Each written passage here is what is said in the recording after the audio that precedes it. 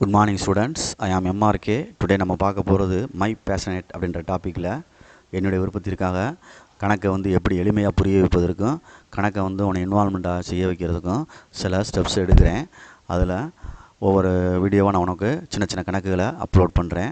+1 +2 10th ஸ்டாண்டர்டுக்கு பார்த்துக்கோ. பார்க்காம இருக்காத, பார்த்துரு. ஏன்னா உனக்கு அதில் பேசிக்ஸ் என்னென்ன இருக்கோ அந்த மாதிரி விஷயங்களை நான் உனக்கு சொல்லி கொடுத்துக்கிட்டு இருக்கேன். சரியாக சொல்கிறது அல்ஜிப்ரா ஐடென்டிட்டிஸ்ன்னு சொல்லுவாங்க. அல்ஜிப்ரா ஐடென்டிட்டிஸ் அப்படின்னு சொல்லுவாங்க. என்ன சொல்லுவாங்க? அல்ஜிப்ரா ஐடென்டிட்டிஸ் அப்படின்றது அல்ஜிப்ரா ஐடென்டிட்டிஸ் அப்படின்னு சொல்லுவாங்க. அல்ஜிப்ராவில் இயற்கணிதத்தில் ஐடென்டிட்டிஸ். சரியா? ஐடென்டிட்டிஸ்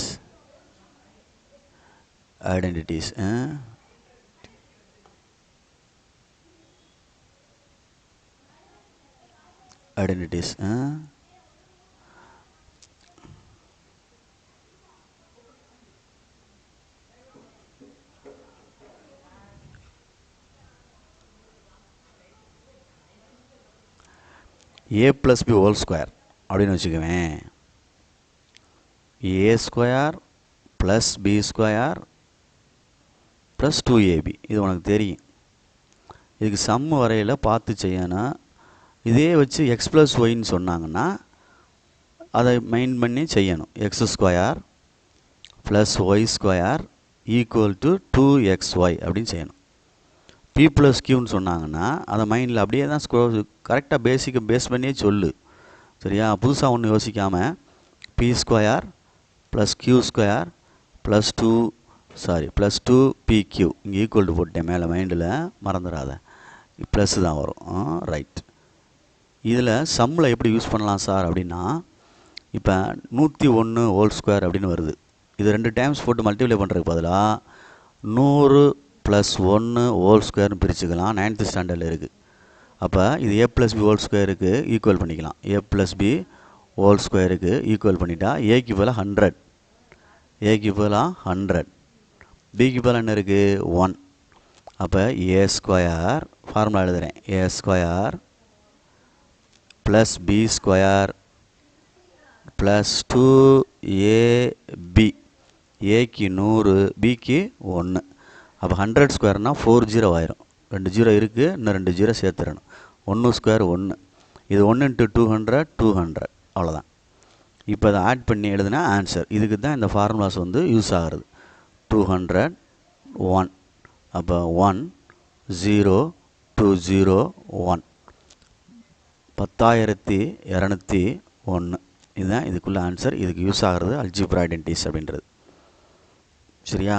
நிதானமாக நிறுத்தி யோசிச்சுக்கோ. ஓகே. இதே மாதிரி a - b ஹோல் ஸ்கொயர் அப்படின்னா a - b ஹோல் ஸ்கொயர் அப்படின்னா a² + b² - 2abன்னு வரணும். அவ்வளோதான். இப்போ இதுக்கு கணக்கு போடணும்னா 99 ஹோல் ஸ்கொயர்னு எழுதலாம். அப்போ 99 எப்படி 2 டைம்ஸ் போட்டு மல்டிப்ளை பண்ணுறதுக்கு 100 - 1 ஹோல் ஸ்கொயர்னு எழுதலாம்டா தம்பி. அதான் அந்த ஃபார்முலா யூஸ் ஆகுது. a² b² - 2ab.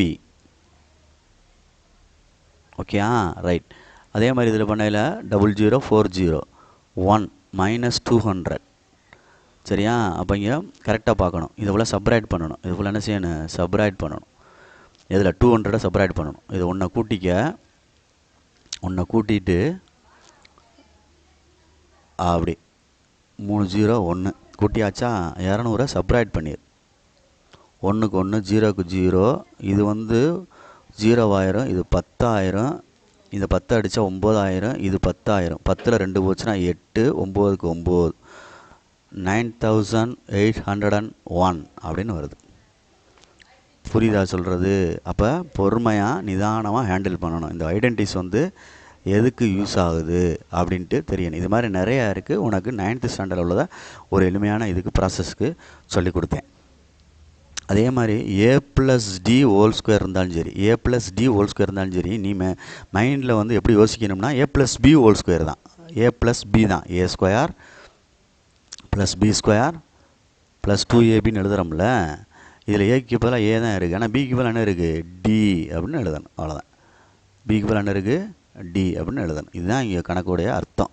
புரியுதா சொல்கிறது? அப்படியே மாற்றலாம். ஆனால் தெரியறக்காண்டி அழிச்சிட்டு மாற்றுறேன்.